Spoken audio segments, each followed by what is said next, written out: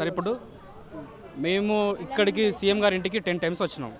10 times వస్తే అసలు మాకు అపాయింట్మెంట్ ఇవ్వకుండా మమ్మల్ని పోలీసులు అబద్ధాలు చెప్పి మమ్మల్ని ఎల్లగొట్టింది. మమ్మల్ని కల్పిస్తాం 10 టైమ్స్. ఇప్పుడు ఏం జరుగుతుంది అనేది ఈ గురుకుల ఇష్యూ రిలింక్విష్మెంట్ పైన హైకోర్టు ఇంటీరియం ఆర్డర్ ఇచ్చిన విషయం తెలుసు, గవర్నమెంట్ తెలుసు, గురుకుల బోర్డు తెలుసు, అధికారులు తెలుసు. మేము ప్రతి ఒక్క మినిస్టర్ని కలిసినాం, ఎమ్మెల్సీని కలిసినాం. కలిసిన తర్వాత ఎందుకు రెస్పాండ్ అవుతలేరు? బాధ్యత లేదా మీకు? చెప్పాల్సిన బాధ్యత లేదా? మేము ఓట్లేసి ప్రజాపాలన తెచ్చుకున్నాం. మేము కేసీఆర్ పాలన 10 సంవత్సరాల జీవితాలు నాశనమైన ఈ పాలన తెచ్చుకుంటే మరి ఆయనకు నీకు తేడా అయింది? నీకు తేడా బాధ్యత లేదా? మాకు సమాధానం చెప్పాల్సిన బాధ్యత లేదా? మరి అన్న అనగానే నేను ఉంటాను కదా, మరి కరెక్టేనా ఇది? ఒకసారి ఆలోచించాలి రేవంత్ రెడ్డి గారు, మీరు మా గురించి ఆలోచించాలి. ఇక్కడ 3,000 కుటుంబాలు ఇక్కడ రోడ్డున పడ్డాయి. ఇక్కడ మీరు మాకు న్యాయం చేయాలి. ఏం జరుగుతుందన్న విషయం ఇష్యూ తెలుసు గవర్నమెంట్కు, తెలిసినాక ఎందుకు రెస్పాండ్ అవుతలేదు? ఇవ్వనని చెప్పండి, డైరెక్ట్ ఇవ్వనని చెప్పండి. మా ఉద్యోగాలు మేము వేరే ప్రైవేట్ ఉద్యోగాలు చేసుకుంటాం. బాధ్యత ఉందా లేదా గవర్నమెంట్కు? ఇదేనా ప్రజాపాలన అంటే?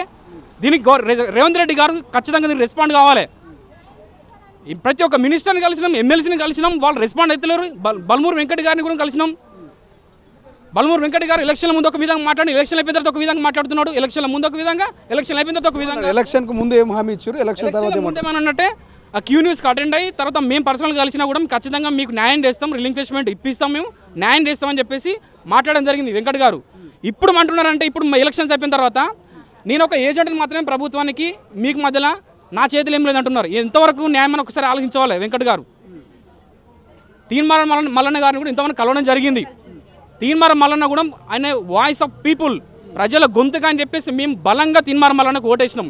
ఇదే కాంగ్రెస్ మొన్న జరిగిన ఎమ్మెల్సీ ఎన్నికలు ఓటేసిరు. అయితే 100% వేసినాం. ఆయన ప్రజల గొంతుక కాబట్టి వేసినాం. కాంగ్రెస్ పార్టీకి వేసినాం, బరాబర్ కాంగ్రెస్ పార్టీకి వేసినాం. ఎందుకంటే టీఆర్ఎస్ ప్రభుత్వం మాకు అన్యాయం జరిగింది. నిరుద్యోగులు 30 లక్షల మంది నిరుద్యోగుల జీవితాలు నాశనం అయిపోయినాయి. అందుకోసం ఈ కోరి మేము తెచ్చుకున్న ఈ ప్రభుత్వాన్ని తెచ్చుకున్న తర్వాత ఈ ప్రభుత్వంలో కూడా మాకు అన్యాయం జరిగితే ఎందుకు ఈ ప్రభుత్వం ఉండి? ఇదేనా అండి ప్రజాపాలన అంటే? ఇదేనా? బాధ్యత లేదా ముఖ్యమంత్రి గారు? మీకు ఎమ్మెల్యేలు మీకు బాధ్యత లేదా? మినిస్టర్ మీకు బాధ్యత లేదా? ఎందుకు మౌనంగా ఉంటున్నారు? మీకు రెస్పాన్సిబిలిటీ లేదా? చెప్పండి, ఓపెన్గా చెప్పండి. ఇవ్వనని చెప్పండి. ఎట్టి పరిస్థితుల్లో మా సమస్య పరిష్కారం అయ్యేంత మాత్రం మేము వదిలిపెట్టే ప్రసక్తే లేదు. మల్లన్న కలిసినారు, ఏమన్నారు అక్కడ? మల్లన్న కలిస్తే నేను ఇప్పుడు సీఎం దగ్గరికి వెళ్తున్నాను, నేను మీ సీఎం గారి దృష్టికి మేము తీసుకెళ్తా అని చెప్పారు. మల్లన్న వచ్చేంత వరకు మేము ఇక్కడే ఉంటాం. మాకు సమాధానం ఖచ్చితంగా గవర్నమెంట్ ఇవ్వాలి, ఖచ్చితంగా సమాధానం చెప్పాలి. మాకు ఖచ్చితంగా ఎట్టి పరిస్థితుల్లో మేము వదులుకునే ప్రసక్తే లేదు, దీన్ని వదిలిపెట్టే ప్రసక్తే లేదు. ఖచ్చితంగా దీన్ని ఉద్యమాన్ని తీవ్రతరం చేస్తాం. ఎందుకంటే 3,000 కుటుంబాల జీవితాలు రోడ్డున పడతాయి. ఇప్పుడు గవర్నమెంట్ పట్టించుకోకపోవడం వల్ల ఇంత అన్యాయం ఉంటుందా అండి ప్రజాపాలనలో?